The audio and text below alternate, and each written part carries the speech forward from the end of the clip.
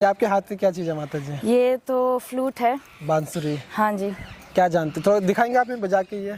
हाँ, ये तो मतलब मैंने सीखा भी ऐसे यूट्यूब से है, अभी जस्ट शुरुआत किया है। अच्छा, अभी आप हाँ लर्निंग फेज में हो? ठाकुर जी की सेवा के लिए। अच्छा। पर एक फेमस राधा कृष्ण का ट्यून बजा के दिखाते हैं इसमें। तो ये अभी आप सीख रहे हो, अभी शुरू किया आपने? हाँ जी, अभी शुरू किया है। ठीक है, ठाकुर जी की सेवा के लिए। हाँ। तो थोड़ा बजा के सुना दीजिए हमें।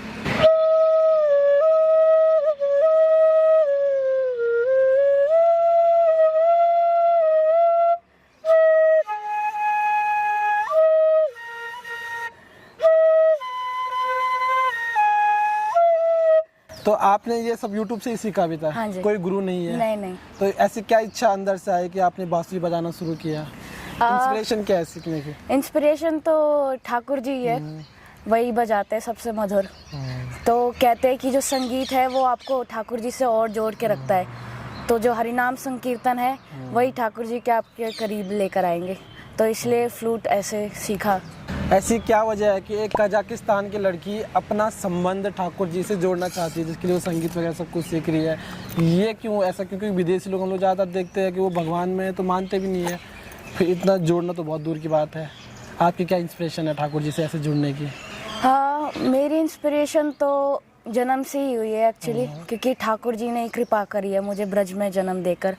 और ऐसा परिवार दिया है जो कि पहले से ही भक्त परिवार था, क्योंकि सबको ऐसे नसीब में नहीं होता है। कितने सारे लोग यहाँ पे रहते हैं लेकिन उनको भक्त परिवार नहीं मिलता है। तो मेरे माता पिताजी ने ही मुझे इंस्पिरेशन दिया है। बाकी फिर जब मेरे गुरुदेव जी की लाइफ में एंट्री हुई, जब गुरुदेव जी ने मुझे रास्ता दिखाया, तब जाके और इंस्पिरेशन हुआ।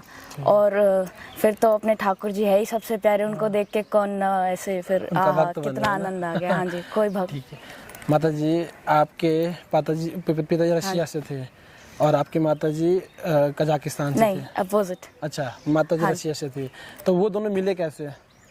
उन दोनों को तो इधर ब्रज में ही मिले वो लोग। दोनों। हाँ, वो उनसे पहले भी कोई फैमिली में आपका भक्त थे या वो पहली पीढ़ी थी? नहीं, पहले ही थी। जो पिताजी है वो भी अपना आर्ट का कंप्लीट करके सारा कोर्स छोड़ के इधर वृंदावन आ गए थे, क्योंकि उनको आगे फिर ठाकुर जी की और सेवा करनी थी।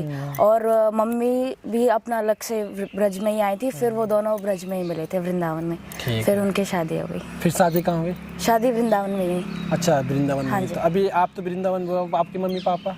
वो भी इधर ही रहते, अब तो निज वो भी सेवा करते हैं। कितने भाई बहन हैं आप लोग? हम लोग 4 हैं। 4 भाई बहन। हाँ। तो जैसे आपके मम्मी पापा बाहर से थे, तो उनका धर्म कौन सा था पहले? क्योंकि कजाकिस्तान में ज़्यादातर हम लोग देखते हैं मुस्लिम धर्म के लोग ज़्यादा रहते हैं, तो वो किस धर्म से थे पहले? पापा के तो हाँ, जो कंट्री कजाकिस्तान है वो पूरी मुस्लिम ही कंट्री है ऑफ कोर्स। तो वो भी जन्म से मुसलमान ही है। पर बाकी फिर उन्होंने जब शास्त्र वगैरह पढ़े अपने कॉलेज के टाइम पे, तो फिर वो लोग बदल लिए थे, हिंदू में ही आ गए। बदल भी लिया नहीं, अपने जगह पे ही आए। एक्चुअली सबका जगह यही है, हिंदुइज्म ही है।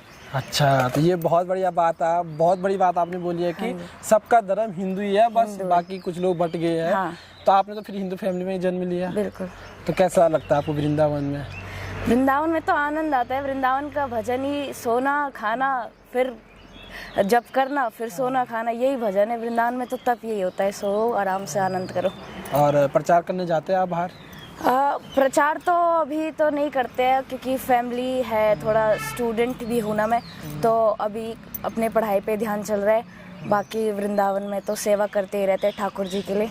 और पढ़ाई में क्या करते हो आप? पढ़ाई में अभी BBA कर रखा है मैंने, और उसके बाद आगे MBA कंटिन्यू करूँगी। आगे MBA? हाँ जी। तो फिर फाइनल गोल कहाँ पहुँचने का, कहाँ जाना चाहते हैं? गोल तो कोई भी नहीं है, वही बस ठाकुर जी के थोड़े करीब आ जाए, बस वही हमारी इच्छा है। बस ठाकुर जी के करीब आने की इच्छा है। जैसे आजकल की आपकी उम्र की लड़कियों के तो बहुत सारे सपने होते हैं कि मैं ये फैशन डिजाइनिंग करूंगी, मॉडल बनूंगी, पैसे कमाऊंगी, जॉब नौकरी। आपका है कुछ ऐसा? ये तो सारी मटेरियल चीज़ें, इसको तो जाना ही है एक दिन, क्या है करना, इन सब के बारे में सोच के भी क्या करना।